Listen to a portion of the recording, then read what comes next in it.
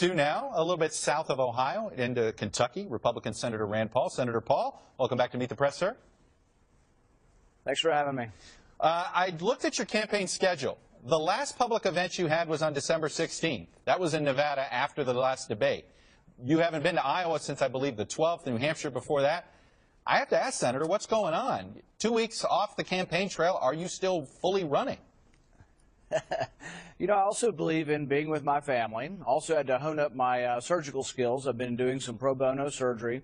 Also had a few fundraising trips around the country in between then. But I think we've been to Iowa and New Hampshire as much or more than any other candidate.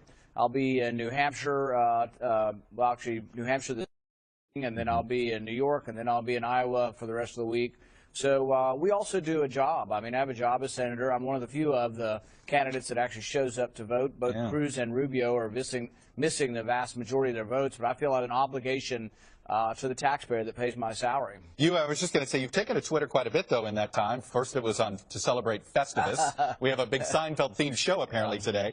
But also, you did some New Year's resolutions, and you went right after Senator Rubio and Cruz.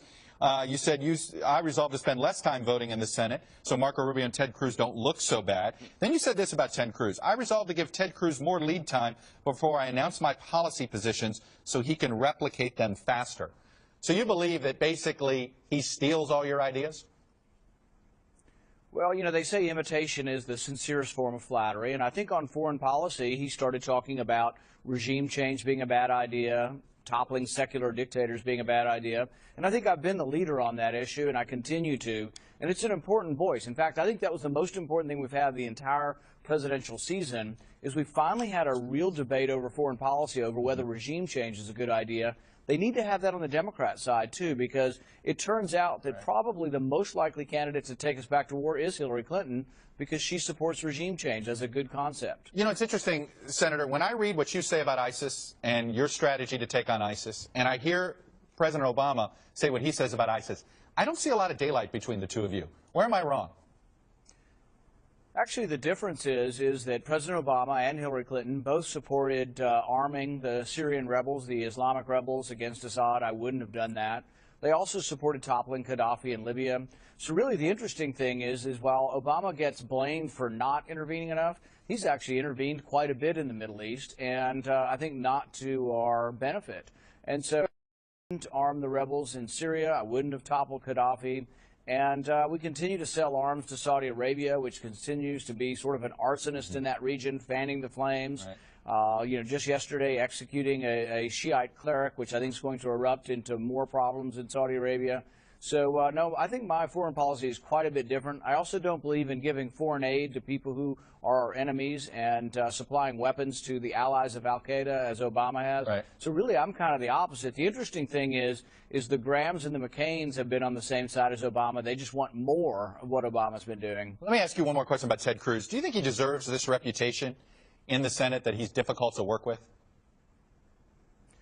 You know, I think people have different strategies and approaches to how they deal with people. I've had many disagreements with those in leadership, but I try to keep it on a professional basis. I don't go to the floor and call people liars because I don't think that, one, that meets the rules of the Senate. The rules of the Senate say you're not supposed to attack someone's character. Yeah. And I think you can call them out, and I've given 10-hour speeches, 13-hour speeches without calling anybody names, but talking about the history of our country, the importance of the Bill of Rights, the importance of the Fourth Amendment and privacy.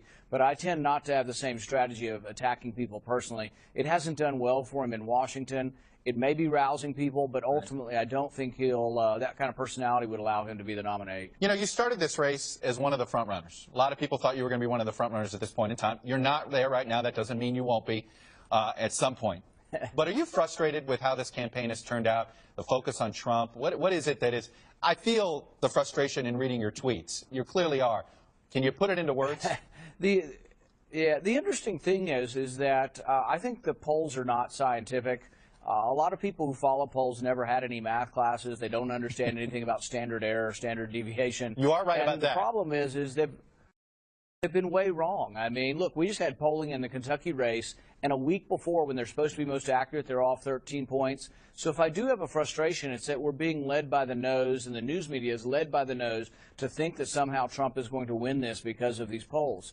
The polls don't, I believe, capture who's going to actually vote. Yep. Look, we have great popularity with students. I had 1,000 students at George Washington a few weeks ago, 1,000 students at Iowa State. And the thing is have you ever met a college student that has answered a presidential poll? If we turn them out, we're going to shock people like you've never seen. Right. But the problem is it's a self-fulfilling cycle. Everybody's reporting it's Trump or Rubio or this or that. And really, in the end, nobody knows, and we ought to have maybe a little bit more of an even approach to how we approach the news. Well, I'm in favor of waiting to see what the voters say. Fair enough. Senator Rand Paul, Happy New Year, sir. Stay safe on the trail. Happy New Year to you.